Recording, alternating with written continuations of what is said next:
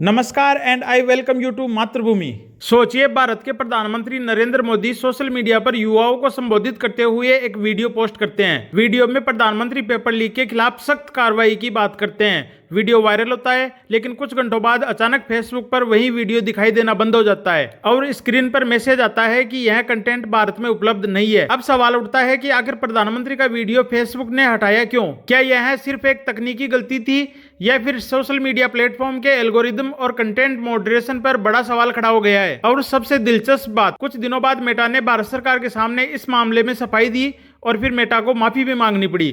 तो आखिर पूरा मामला क्या था? आज की इस वीडियो में शुरुआत से अंत तक पूरी कहानी समझते हैं। पूरी कहानी शुरू होती है जुलाई 2026 में चल रहे छात्र आंदोलन से। देश के कई हिस्सों में परीक्षा और पेपर लीक से जुड़े मुद्दों को लेकर छात्रों में नाराजगी थी। दिल्ली में बड़ी संख्या में छात्र प्रदर्शन कर रहे थे। इसी माहौल के बीच प्रधानमंत्री नरेंद्र मोदी ने 23 जुलाई को युवाओं और जेनजी को संबोधित करते हुए एक वीडियो संदेश जारी किया। प्रधानमंत्री ने कहा कि युवाओं का भविष्य सबसे महत्वपूर्ण है और पेपर लीक करने वालों के खिलाफ सख्त कार्रवाई की जाएगी। सरकार की तरफ से फास्ट ट्रैक कोर्ट बनाने और पेपर लीक मामलों में तेजी से कार्रवाई करने की बात भी कही गई। प्रधानमंत्री ने यह भी कहा कि पेपर लीक के खिलाफ सख्त कानून लाने की दिशा में कदम उठाए जा रहे हैं। यानी वीडियो का मुख्य मुद्दा था पेपर लीक, छात्रों का भविष्य और सरकार की कार्रवाई। लेकिन कुछ ही समय बाद यह वीडियो खुद एक अलग विवाद का कारण बन गया। वीडियो पोस्ट होने के बाद लाखों लोगों ने इसे देखा, शेयर किया और इस पर चर्चा शुरू हुई। लेकिन 28 जुलाई के आसपास फेसबुक पर लोगों को इस वीडियो तक पहुंचने में दिक्कत आने लगी। कुछ यूजर्स को यह दिखाई दिया कि वीडियो भारत में उपलब्ध नहीं है। यहीं से सवाल उठने लगे, क्या मेटा ने प्रधानमंत्री का वीडियो ब्लॉक कर दिया था? मामला इसलिए भी गंभीर था क्योंकि यह कोई सामान्य वीडियो नहीं था। यह भारत के प्रधानमंत्री का आधिकारिक संदेश था, और वह भी ऐसे समय में जब देश में छात्र आंदोलन और पेपर लीक का मुद्दा पहले से चर्चा में था। सोशल मीडिया पर सवाल उठने लगे, अगर किसी आम व्यक्ति का वीडियो गलती से हट जाए तो एक बात है, लेकिन अगर देश के प्रधानमंत्री का ही वीडियो प्लेटफॉर्म से गायब हो जाए तो? क्या कंटेंट मॉडरेशन सिस्टम ने गलती की? क्या ऑटोमेटेड एल्गोरिदम ने वीडियो को गलत तरीके से फ्लैग किया, या इसके पीछे कोई और वजह थी? लेकिन उस समय सबसे बड़ा सवाल था, वीडियो हटाया क्यों गया? विवाद बढ़ने के बाद मेटा की तरफ से सफाई आई। मेटा ने कहा कि वीडियो को गलती से रेस्ट्रिक्ट किया गया था, यानी कंपनी के मुताबिक यह जानबूझकर किया गया एक्शन नहीं था। मेटा ने इसे एक टेक्निकल एरर बताया और कहा कि वीडियो को वापस रिस्टोर कर दिया गया है। अब यहाँ एक बात समझना जरूरी है, मेटा ने यह नहीं कहा कि हमने प्रधानमंत्री का वीडियो इसलिए हटाया क्योंकि हमें उसकी बात पसंद नहीं आई, बल्कि कंपनी का आधिकारिक पक्ष था कि यह गलती थी। लेकिन यहीं से दूसरी बहस शुरू हो गई, क्योंकि सवाल सिर्फ वीडियो वापस आने का नहीं था, सवाल था ऐसी गलती हुई कैसे? एक बड़े ग्लोबल प्लेटफॉर्म के मॉडरेशन सिस्टम में ऐसी गलती आखिर हुई क्यों? अगर प्रधानमंत्री के वेरीफाइड अकाउंट से आया वीडियो गलती से हट सकता है तो सामान्य यूजर्स के साथ क्या होता होगा? आज फेसबुक और इंस्टाग्राम जैसे प्लेटफॉर्म पर हर दिन करोड़ों पीसेज ऑफ कंटेंट अपलोड होते हैं। हर पोस्ट को इंसान बैठकर मैनुअली चेक नहीं कर सकता, इसलिए प्लेटफॉर्म ऑटोमेटेड सिस्टम और आर्टिफिशियल इंटेलिजेंस आधारित मॉडरेशन टूल्स का इस्तेमाल करते हैं। ये सिस्टम यह पहचानने की कोशिश करते हैं कि कोई कंटेंट प्लेटफॉर्म की पॉलिसीज का उल्लंघन कर रहा है या नहीं। लेकिन समस्या तब आती है जब एल्गोरिदम गलत फैसला कर दे। एक गलत फ्लैग, एक गलत रेस्ट्रिक्शन और अचानक कोई महत्वपूर्ण कंटेंट लाखों लोगों की पहुंच से बाहर हो सकता है। यही सवाल इस मामले में भी उठा। अगर मेटा का यह दावा सही था कि यह ऑपरेशनल एरर था, तो यह घटना बताती है कि ऑटोमेटेड सिस्टम कितने सेंसिटिव और इम्परफेक्ट हो सकते हैं। और अगर एक हाई प्रोफाइल पॉलिटिकल अकाउंट के साथ ऐसी गलती हो सकती है, तो आम यूजर्स के लिए ट्रांसपेरेंसी कितनी जरूरी है, इसका अंदाजा लगाया जा सकता है।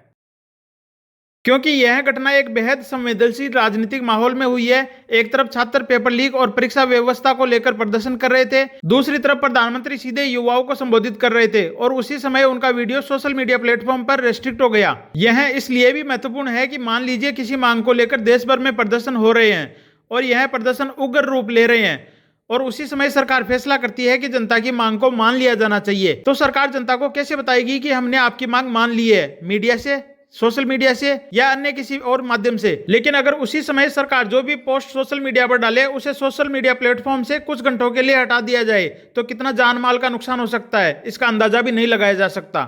इसलिए लोगों के मन में सवाल उठना स्वाभाविक था, खासकर तब जब सोशल मीडिया राजनीतिक कम्युनिकेशन का एक सबसे बड़ा माध्यम बन चुका है। नेताओं के लिए फेसबुक, इंस्टाग्राम, एक्स और यूट्यूब सिर्फ प्रचार के माध्यम नहीं है, ये जनता तक सीधे पहुंचने के प्लेटफॉर्म है। अगर किसी नेता का ऑफिशियल मैसेज लाखों लोगों तक अचानक पहुंचने से रुक जाए, तो प्लेटफॉर्म की जिम्मेदारी और ट्रांसपेरेंसी दोनों महत्वपूर्ण हो जाती है।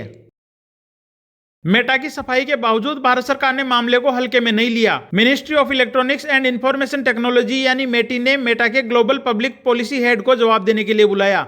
सरकार यह जानना चाहती थी कि आखिर प्रधानमंत्री का वीडियो किस प्रक्रिया के तहत रेस्ट्रिक्ट हुआ है और इसे रोकने का कारण क्या था। यानी मामला अब सिर्फ एक डिलीटेड वीडियो का नहीं रहा था। अब सवाल बन गया था कि भारत में सोशल मीडिया प्लेटफॉर्म के कंटेंट मॉडरेशन सिस्टम कैसे काम करते हैं। इस मीटिंग में मेटा के अधिकारी ने भारत सरकार से माफी मांगी, लेकिन भारत सरकार ने साफ कहा कि यह माफी मेटा के सीईओ मार्क जकरबर्ग से आनी चाहिए। इसीलिए संसदीय स्थायी समिति ने मार्क जकरबर्ग से कहा कि 3 दिनों के भीतर बिना शर्त माफी मांगी जाए।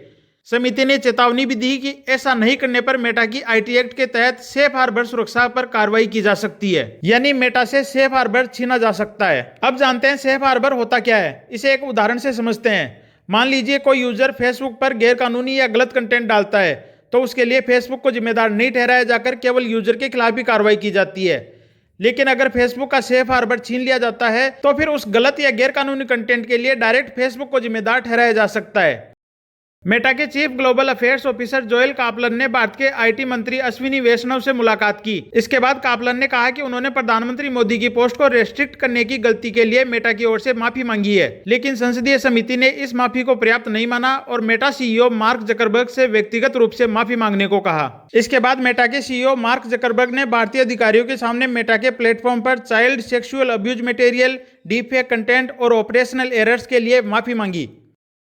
मेरे हिसाब से इस पूरी कहानी का सबसे बड़ा मुद्दा सिर्फ पीएम मोदी का वीडियो हटना नहीं है। असली मुद्दा है डिजिटल प्लेटफॉर्म की पावर। आज फेसबुक, इंस्टाग्राम, यूट्यूब और दूसरे प्लेटफॉर्म यह तय करने में बड़ी भूमिका निभाते हैं कि जनता क्या देखेगी और क्या नहीं। अगर कोई प्लेटफॉर्म किसी कंटेंट को रेस्ट्रिक्ट करता है तो उसके पीछे स्पष्ट कारण होना चाहिए। अगर गलती होती है तो करेक्शन और एक्सप्लेनेशन होना चाहिए, और अगर किसी यूजर का कंटेंट हटता है तो यूजर को अपील और जवाब का अधिकार मिलना चाहिए। क्योंकि डिजिटल एज में जिसके पास इंफॉर्मेशन की विजिबिलिटी नियंत्रित करने की ताकत है, उसके पास बहुत बड़ी शक्ति है। इसीलिए यह बहस शुरू हो गई कि क्या सोशल मीडिया प्लेटफॉर्म केवल मनोरंजन के साधन है या इनके पास अथाह पावर है। यह बात आपने भी नोटिस की होगी कि अगर आप किसी पार्टी या समूह के खिलाफ कोई एक वीडियो देख लेते हैं तो फिर उसी प्रकार के वीडियो प्लेटफॉर्म आपको लगातार पुश करता रहता है। अब यहाँ साउथ एशिया के 3 उदाहरण सामने आते हैं, श्रीलंका, बांग्लादेश और नेपाल। इन तीनों देशों में पिछले कुछ वर्षों में बड़े यूथ लेड मूवमेंट देखने को मिले। श्रीलंका में 2022 का आर्थिक संकट बड़े जन आंदोलन में बदल गया और राष्ट्रपति गोटाबाया राजपक्षे को पद छोड़ना पड़ा। बांग्लादेश में 2024 में छात्र आंदोलन कोटा सिस्टम के मुद्दे से शुरू हुआ और बाद में व्यापक एंटी गवर्नमेंट मूवमेंट में बदल गया, जिसके बाद शेख हसीना को सत्ता छोड़नी पड़ी। और नेपाल में 2025 में सोशल मीडिया रेस्ट्रिक्शन के बाद जेनजी प्रोटेस्ट बढ़ के जो पहले से मौजूद करप्शन और पॉलिटिकल डिससैटिस्फैक्शन के मुद्दे से जुड़ गए और अंततः प्रधानमंत्री केपी शर्मा ओली को इस्तीफा देना पड़ा। इन सभी मामलों में एक चीज कॉमन थी, सोशल मीडिया ने लोगों को इन्फॉर्मेशन देने, नैरेटिव बनाने और प्रोटेस्टर्स को मोबिलाइज करने में महत्वपूर्ण भूमिका निभाई। अब कल्पना कीजिए भारत में किसी बड़े राजनीतिक या सामाजिक संकट के समय करोड़ों लोग सोशल मीडिया पर इंफॉर्मेशन ले रहे हैं और उसी समय किसी फॉरेन कंट्रोल्ड प्लेटफॉर्म के एल्गोरिदम पर यह तय हो रहा हो कि कौन सा कंटेंट लोगों तक पहुंचेगा और कौन सा नहीं। अगर किसी कारण कोई नैरेटिव अचानक मिलियंस ऑफ लोगों तक पहुंचने लगे और दूसरा नैरेटिव एल्गोरिदम द्वारा दबा दिया जाए तो पब्लिक ओपिनियन पर इसका असर पड़ सकता है। इसलिए सवाल यह नहीं होना चाहिए कि क्या फॉरेन कंपनीज भारत का तख्ता पलट कर सकती है, बल्कि सवाल होना चाहिए कि क्या भारत को अपनी इंफॉर्मेशन इकोसिस्टम को इतना मजबूत बनाना चाहिए कि किसी भी बाहरी प्लेटफॉर्म पर हमारी पूरी डिजिटल कम्युनिकेशन निर्भर न रहे। और इसका जवाब शायद हाँ है। दिलचस्प बात यह है कि प्रधानमंत्री नरेंद्र मोदी ने खुद इस विषय पर बात की थी। 15 अगस्त 2025 को इंडिपेंडेंस डे भाषण में उन्होंने भारतीय युवाओं से पूछा था कि जब भारत यूपीआई जैसा ग्लोबली सक्सेसफुल डिजिटल इंफ्रास्ट्रक्चर बना सकता है तो भारत के पास फेसबुक, इंस्टाग्राम और एक्स जैसे सोशल मीडिया प्लेटफॉर्म्स क्यों नहीं हो सकते। उन्होंने इसे डिजिटल सॉवरेनिटी और टेक्नोलॉजिकल सेल्फ रिलायंस से जोड़ा था। और आज पीएम मोदी के फेसबुक वीडियो वाले विवाद के बाद यह सवाल फिर से सामने आ गया है। क्या उस समय कही गई बात अब और ज्यादा रिलेवेंट हो गई है? अब वापस आते हैं पीएम मोदी के उस वीडियो पर। मेटा ने कहा ऑपरेशनल एरर था, वीडियो रिस्टोर हुआ, कंपनी ने भारत सरकार से माफी मांगी। इसलिए इस घटना को देखकर यह कहना कि मेटा ने जानबूझकर भारत का नैरेटिव बदलने की कोशिश की है, उसके ठोस प्रमाण हमारे पास नहीं है। लेकिन इस घटना ने एक बड़ा सवाल जरूर खड़ा किया है, क्या भारत को अपनी डिजिटल कम्युनिकेशन पूरी तरह विदेशी प्लेटफॉर्म पर छोड़ देनी चाहिए? शायद नहीं। और शायद इसी वजह से प्रधानमंत्री मोदी का 2025 का सवाल आज भी रिलेवेंट हो गया है।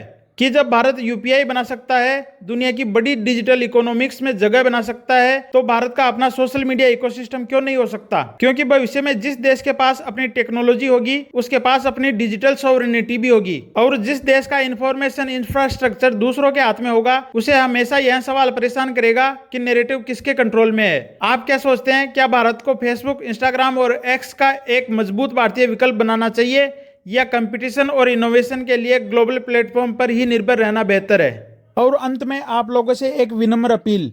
आप में से लगभग 82% लोगों ने चैनल को सब्सक्राइब नहीं कर रखा है, तो प्लीज मातृभूमि को सब्सक्राइब जरूर करें।